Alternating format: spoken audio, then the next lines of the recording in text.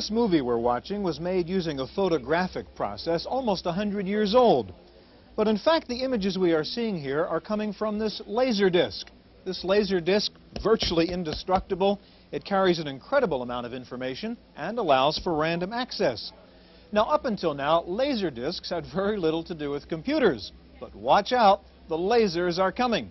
Next on the Computer Chronicles.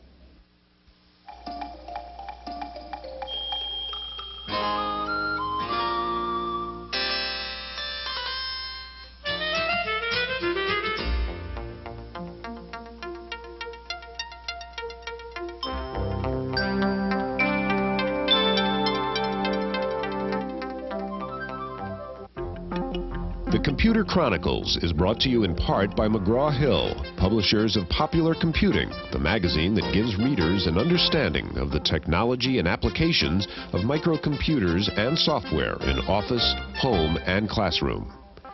Popular Computing, the authoritative microcomputer magazine from McGraw-Hill.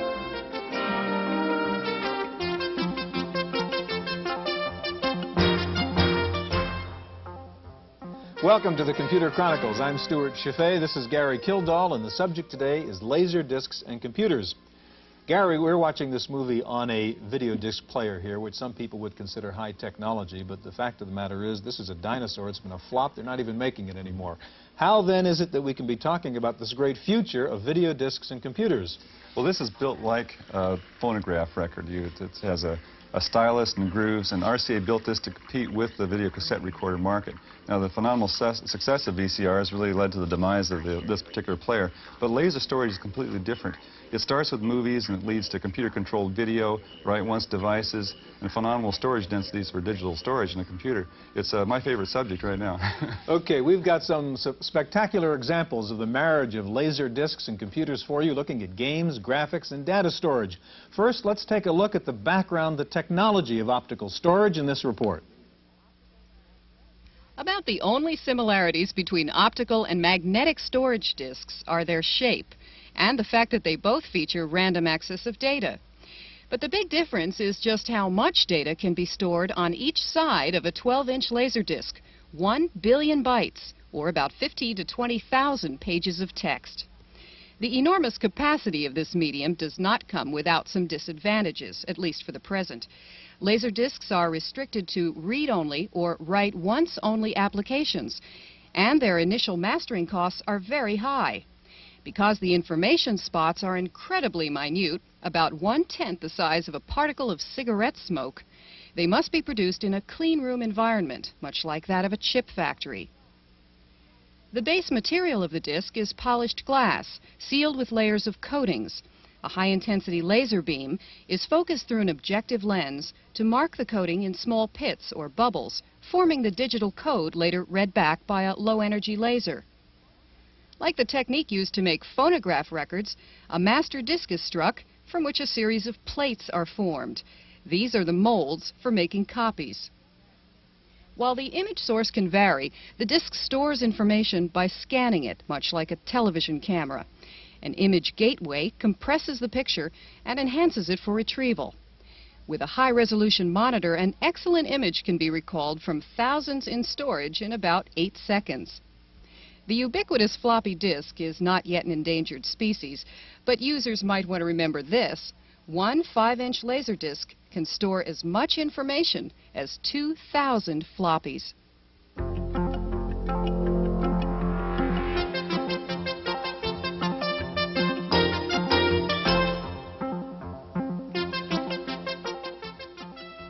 Joining us now is Jeffrey Tully of Pioneer Video, makers of video disc systems, and also Vladimir Langer of Sony, makers of compact discs for computer storage. Gary? You know, as I mentioned earlier, storage with laser storage technology is my favorite subject, so I have to leave plenty of time for the guests to talk. You can go first, Gary. Okay. I wanted to mention, first of all, it's to kind of define the two different areas we're going to talk about. One of them is the full-size laser disc, and this is the sort of thing we see movies on, for example. And then there's a smaller compact disc, which I have here in my pocket, that was built basically for audio. Now, both of these devices are capable of storing digital information. This full-size disc could hold as much as, say, 1.5 million or 1.5 billion bytes of information, which is about the size of a law library. And the smaller one holds the equivalent of about 10 encyclopedias. Just on the one disc. Just on that one disc. Now this happens to be a disc that's a write-once disc. It can be written one time. It's built by a company called Optical Disc Corporation. But most of these are read-only memories. Now Vladimir has an interesting device here, the Sony CD-ROM. And I'd like to turn it over to Vladimir to explain that. The CD-ROM is basically a disc which is manufactured by the same process as the audio compact disc. The only difference is that the CD-ROM is containing a digital data purely for computer processing. This innocent-looking disc can carry 540 megabytes of data. This particular disc has been pre-recorded. About 40% of the surface, single surface, has been used, and it contains the entire records of the 24th Olympiad in Los Angeles. Mm-hmm. Now, what about the drive that holds this? What are the characteristics of that particular drive? The particular drive is just a very simple mechanism, again identical to the consumer already popular item, the CD compact disc. It's packaged in a 5 1/4-inch floppy format, which is a box of about 8 inches deep. So it looks about like the floppy drive that you normally see on a small personal computer thing. Exactly. Now, what about the price? It seems like it'd be very low price if we're talking about basically the same mechanism then as a computer, as a compact disc. Obviously, this item is going to be marketed in the OEM market, which will be then the product will be incorporated in other manufacturer product. We're talking about 50 cents a megabyte. So the cost is not in the technology, but it's mostly in the information that's stored on that device. Exactly. When, Vladimir, are we going to see a computer with this compact disc storage system in it? We are making the evaluation units available first quarter of 1985, and we expect to have a few major customers by mid-85. So we'll see them actually in computer systems probably in the latter part of this next year. Year. And the major advantage, again, over magnetic storage? The major advantage, of course, is that it's virtually indestructible, and it's removable, which is gives a system user tremendous value. Today, the high-capacity discs are basically captive. The Winchester type of generation, they're sealed in a pure environment. This is a diskette which can be basically mishandled and still be perfect. Right. Now, even though this is a read-only device, its main purpose is really as a source of information rather than one that's going to be used for, say, archiving or backing up data from a main part of the computer system. Right? I think that the market still is defining its application, but there's a tremendous opportunity. This particular product has caused a tremendous excitement in the Library of Congress or various publishers. The educational market is, of course, been anticipating a tremendous growth and need for high-capacity devices. It could really change the whole printing industry. Absolutely. Let's turn to Jeff now. You've got all this wonderful, exciting-looking stuff here, and give me a description of what your system is. Okay. Of course, you've talked a bit about the laser video disc player that can play movies. That's one of the components here, the system. The second part here is a microcomputer, which is currently marketed by Pioneer in Japan. It's a format referred to as MSX, which is a software and hardware standard that a number of Japanese manufacturers have adopted. The unique features of Pioneer's version, however, is that it has built into it not only a Z80 processor and a graphics processing chip, a keyboard, of course, and memory, a cartridge slot for plugging in game programs, but it also has a connector on the back which plugs directly into the video disc player. It's also taking video signals which come from the video disc player and combining the computer graphics and the video disc imagery on the screen. Right now, for example, the Sega logo and the Astron belt, which is a game program we have running here, that imagery is coming from the video disc. The push button, push start button and so on is coming from the computer. It's a graphic overlay.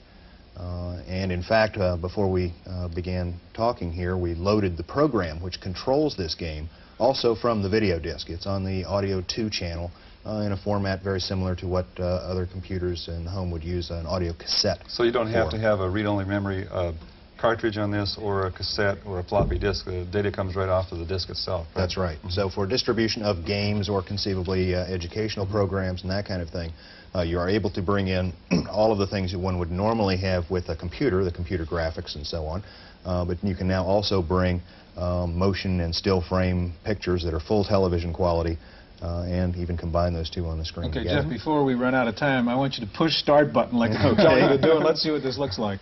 All right. And tell us what you're doing as you do it. All right, we'll bring the audio up here from the coming through the computer, and you're seeing the spaceship move on the screen, which is under my control. That's a computer-generated graphic. The background spaceships and the sound effects, the firing sound effects are computer-generated. The zooming sounds of the spaceships, when you hear them, are coming from the video disc. Now, one of the major advantages here is not that this is not just a linear movie that's playing, that the computer can actually go back and play sequences, replay sequences, and make branching decisions and play a segment that is not in the... Right. As a matter of fact, you'll notice order. here when I got shot that the shot coming from the spaceship was computer-generated, so that scene could be played with or without an aggressive enemy. He may move as a passive target, or I may be able to shoot at him depending on which level of the game I'm playing at, the level of difficulty. Now, this is showing us a game application, but there are hundreds of other applications where this kind of a computer system is hooked up with a video disc. For example, I guess educational applications would be one area. Have you had any experience with that so far? Currently, there's some people looking at those kinds of applications. Of course, this system itself is only marketing in Japan right now, and naturally the publishers there, there's been a very active Laserdisc industry there even before this system came out, with things like travel guides, encyclopedias of birds and fish and insects and so on. So yes, the education market has already seen the value of the video disc. And in the industrial market in the U.S., where more expensive and more sophisticated computers are used connected with the video disc, there are military simulators like tank gunnery and any number of very, very serious educational applications that are in use. Okay, we've seen one example of computer graphics overlaid on top of laser graphics. Now we're going to look at another laser system which not only has laser graphics, but artificial intelligence and speech recognition. So stand by as we get ready to play Thayer's Quest.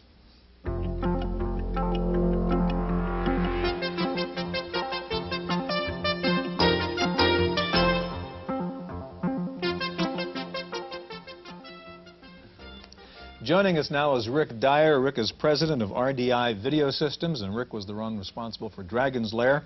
And joining Rick is Jay Eagle, executive vice president of Proton, and Jay is involved with the audio and video elements of Halcyon, an incredible new system we're going to see in just a moment. Before we get to Halcyon, though, we're going to take a look at another cutting-edge application of laser discs and computers, and Wendy Woods has the report. Calling all cards, calling all cards, calling all cards, calling all cards. You're looking at the world's first interactive video art game, created by artist Lynn Hirschman. Lorna is about a woman with agoraphobia who hasn't left her house in 20 years. She watches a lot of television, and in manipulating the video, the viewer begins to sense the repetitive and repressed nature of her life. Well, I think that video discs as a technology is really exciting because of the interactivity and the ability of a participant or a viewer to become active by playing with the technology. Lynn Hirschman is among the first artists to explore the Laserdisc as a creative medium. That's because the barriers of cost and availability of Laserdiscs have locked many others out. I think as these things happen and people see what the possibilities are and how exciting a medium it really is and how much truer a cut of reality it'll present, more people will do it, and you know, more of an audience will evolve. It always takes time. But then, again, being the first and being pioneering is real exciting, so you get that payoff, too.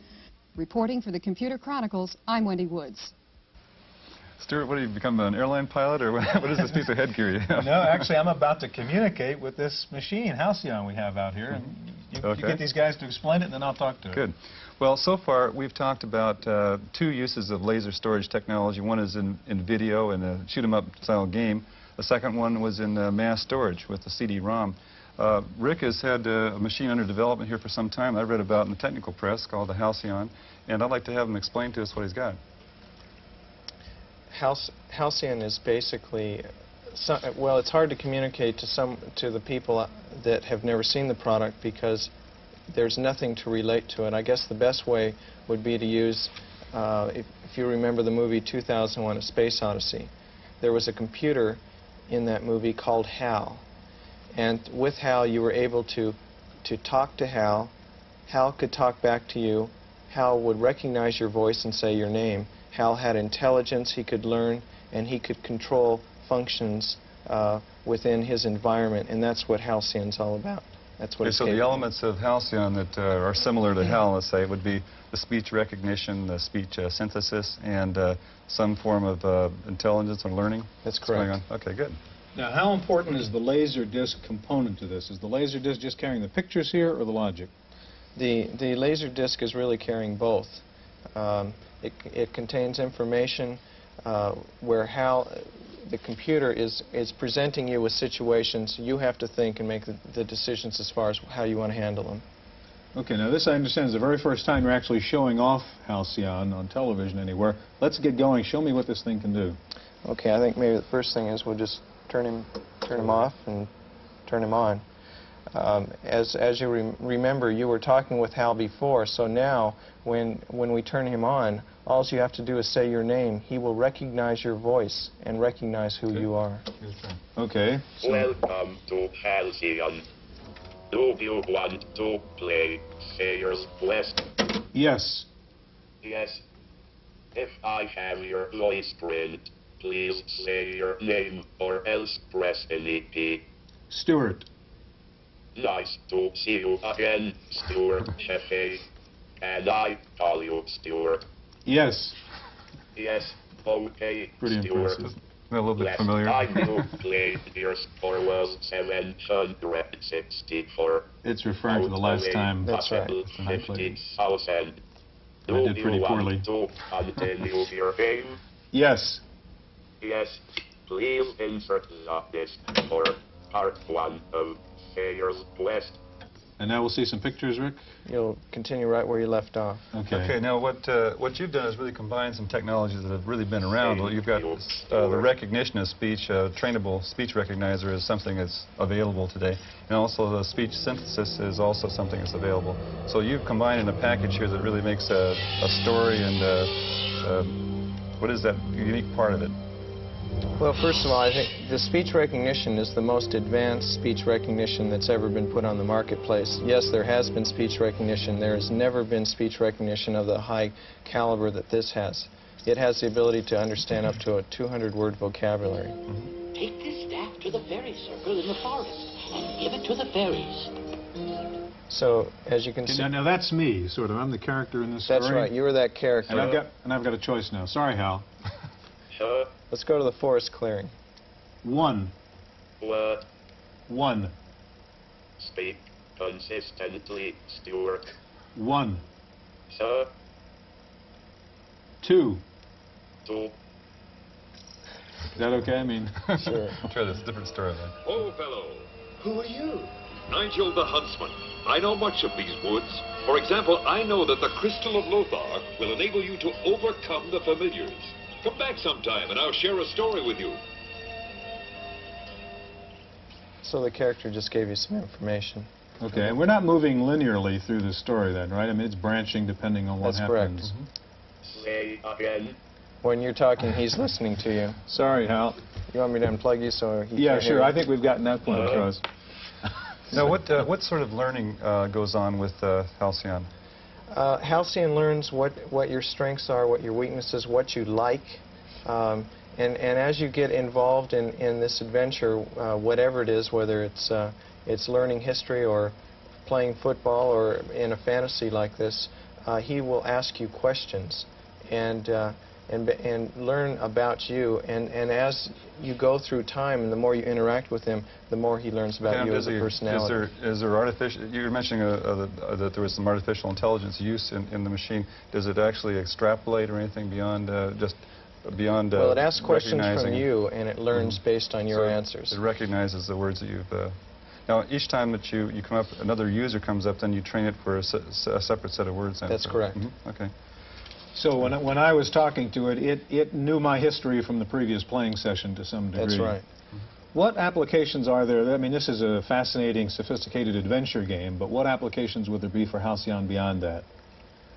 I think that the relationship to 2001: A Space Odyssey and the HAL 9000 computer is applicable here too for future applications of the technology, because as HAL in the spaceship was able to control the environment in which he operated through communications, and by the way, communications were conversation with the human element, the same thing will happen in Halcyon technology. The next generation of applications will clearly be communication between the user, the consumer who operates Halcyon, and the ability for Halcyon to control the audio-video system, open and close the doors. It has a calendar clock built in, so Halcyon, for example, saying basically this is the tip of the iceberg. This is the starting point. We certainly don't want to promote it as a HAL or an AI machine in that sense. At this point, what you're basically doing is getting things rolling in a sense of speech recognition, synthesis, and so forth. HAL already has the artificial intelligence. What Jay was referring to is that HAL has already designed into him the ability to interface with any home computer or external peripheral or device that he can control or get information from or give information to. Right. So it's available in real now. But in a sense of what we call traditional AI, it really doesn't satisfy that criterion now. It's a sense of real intelligence. I think that'd be fair to say, wouldn't it? I think to the degree that intelligence is necessary for it to be useful in many ways to the consumer, it has real artificial intelligence. And in fact, to the point where what we typically think of as a robot, which is a little creature that goes around on wheels and sweeps dust off that kind of picture of a robot, this is a true robot. It serves the user in any number of ways that you choose to have it control or help you control your environment through conversation. That's the best kind of robot, without wheels. It's a real good starting point. It's a very impressive machine. Briefly, we have about 30 seconds. There's a history application you have on this. Explain that, Rick. The history is Voyage to the New World. It's about the history of John Cabot, who lived in 1498. But you learn history by going back in time and actually becoming a part. You go on. You are on the ship. Okay, pretty fascinating stuff. Halcyon, we'll play with you and talk with you later. Now, how far will laser discs and computer technology go? We have some thoughts from commentator Paul Schindler. How far are laser discs going? Well, this one is going to go into my compact disc player. I'm replacing my records with compact discs just as quickly as I can. And when laser discs become available as a computer peripheral, I'm going to start replacing my floppies. If you'd like a peek into the future of laser discs in the computer business, have a look at what compact discs are doing to the record business now. Let me show you. This is my current Brandenburg Concertos. It's an LP. There's a lot of noise on there besides the music. It's bulky. If I get my fingers on it, I ruin it, and it's only got 30 minutes of music on a side. This is my new compact disc version. And what a great name. It's so compact. Bach never sounded better. It's got an hour's worth of music. It doesn't matter if I put my fingers on it. Now, this is the floppy disk that we're all familiar with. It's just like the LP. You can wear it out. If you get your fingers on it, you're going to ruin it. I think laser discs are going to do to floppies what compact discs are doing to records, and that is to say it's going to replace them. But you can't write on a compact disc, you say. Well, by the 1990s, read-write laser disc units are going to make floppy disks just about as popular as punched paper tape is today. That's my opinion. I'm Paul Schindler.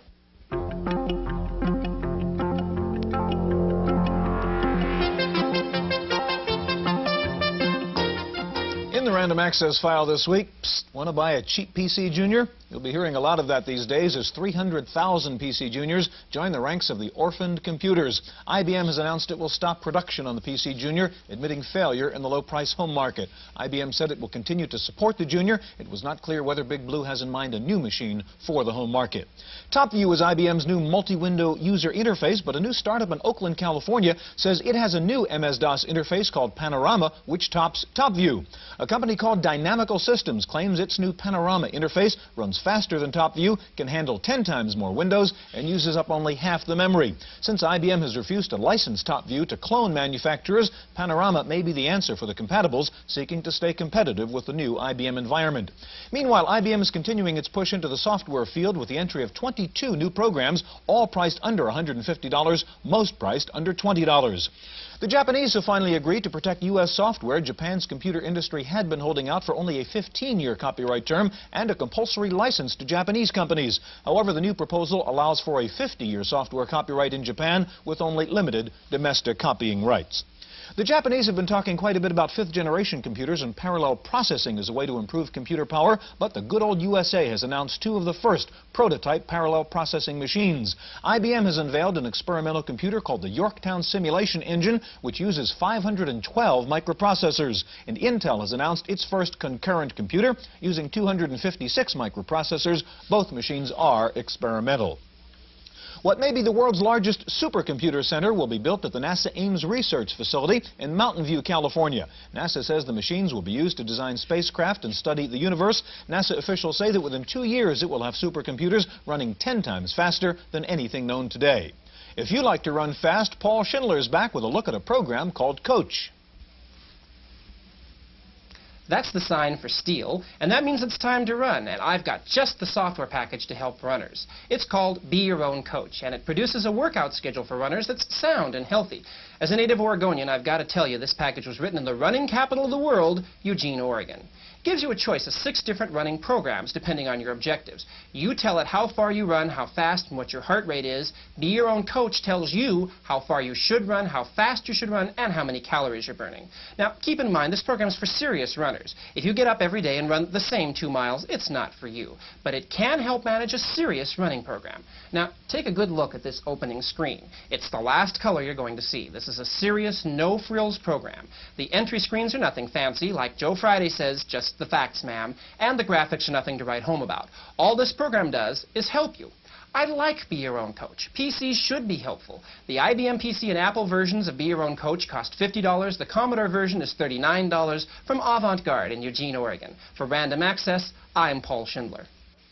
By the way, the Keep Fit set seems to have just discovered computers. Both the March issues of Run and Running World magazines feature reviews of running and exercise software. One of those reviewed features aerobic music and exercising stick figures, perfect if you like to work out but don't like watching Jane Fonda.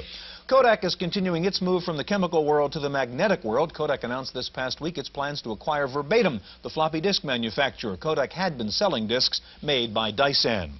Does conversion to computers in your business eliminate jobs? Apparently not, according to a new study by a Menlo Park firm. The study showed that of firms recently converting to computers, 58% did not cut staff, and in fact 12% had to add staff. Finally, computers are showing up in an unlikely area, rock music. The new trendy thing is for rock groups to travel on the road with computers. Compacts, NECs, and PCs have been spotted in the dressing rooms of Rick Springfield, Todd Rundgren, Styx, Jefferson Starship, Journey, and Tina Turner. The computers are used to handle tour costs, travel arrangements, and for research on local radio stations. Now, if they would only get the computers to write the music, or do they? That's it for this week's Chronicles. See you next time. The Computer Chronicles was brought to you in part by McGraw-Hill, publishers of Popular Computing, the magazine that gives readers an understanding of the technology and applications of microcomputers and software in office, home, and classroom.